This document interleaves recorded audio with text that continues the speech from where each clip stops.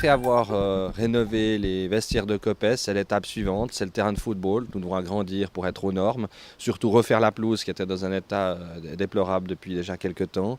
Et puis également assainir complètement l'enceinte de Coppet, démolir les tribunes côté Veuvez qui présentent effectivement des signes de délabrement avancés et puis qui présentent aussi un danger.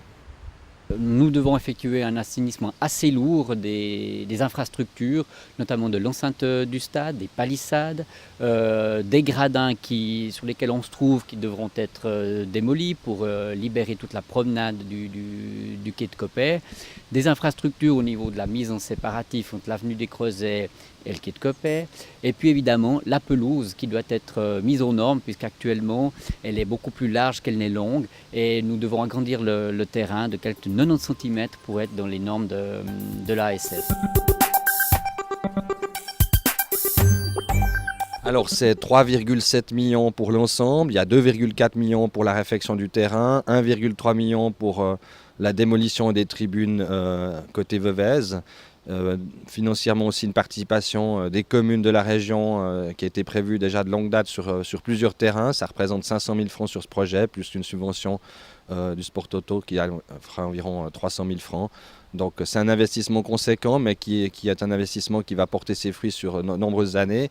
Et il faut voir aussi l'intérêt, à part ça, de démolir les tribunes côté Veuvez, c'est aussi de revaloriser les rives de la Veuvez. Vous savez que dans le projet Moulin de la Veuvez, c'est construction de logements qui sont en train de se faire, on va pouvoir descendre le long de la Veuvez, sur la rive droite de la Veuvez, dorénavant jusqu'au bord du lac, et de pouvoir revaloriser aussi cet espace qui était un petit peu un coupe-gorge le long des rives de la Veuvez à cause de la présence de ces tribunes délabrées.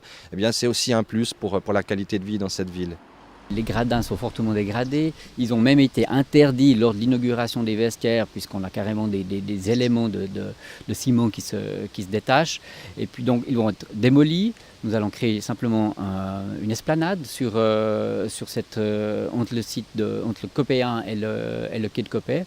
Et puis simplement nous allons, à l'image de Coppet 3 et de Coppet 2, poursuivre le treillis tout autour du périmètre, de manière à donner effectivement aussi un certain confort visuel, autant quand on est dedans que quand on est dehors, de manière à montrer que ce site il est vraiment relié à la ville, il n'est plus à huis clos comme il l'était précédemment.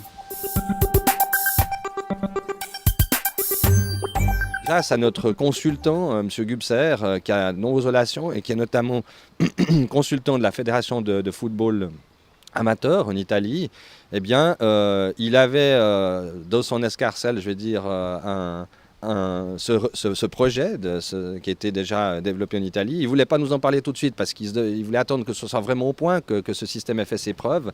Et c'est un système qui a été mis au point par la Fédération de football amateur et l'Université de Pise parce qu'ils se sont rendus compte qu'en Italie, il y avait aussi des réticences au synthétique et que pour pouvoir développer pour le football amateur, développer des projets de terrain de football, il fallait trouver autre chose. Et ils sont partis sur effectivement un terrain synthétique renforcé, c'est-à-dire qui est supplanté par une couche de terrain naturel. On a l'impression, donc on est allé tester en Italie l'année dernière, on a l'impression qu'on est sur un terrain naturel.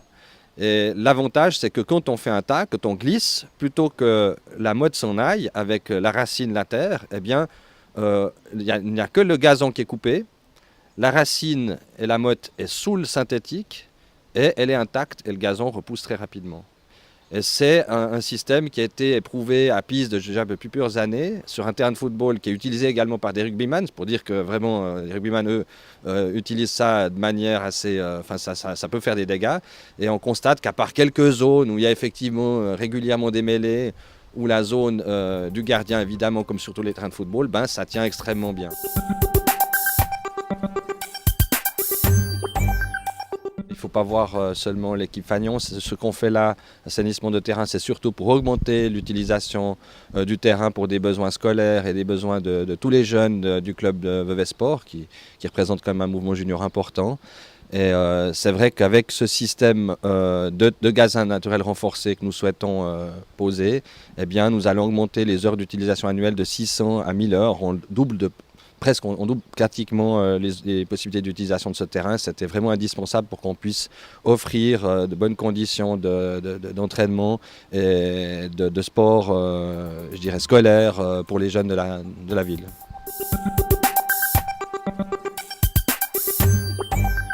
Alors on va démarrer les travaux approximativement au mois de septembre. Et puis ils vont se terminer dans la période avril-juin. Ça veut dire qu'il y a quasiment effectivement une année pendant laquelle Vevey Sport devra faire ses matchs ailleurs. Et puis la saison prochaine, il sera opérationnel.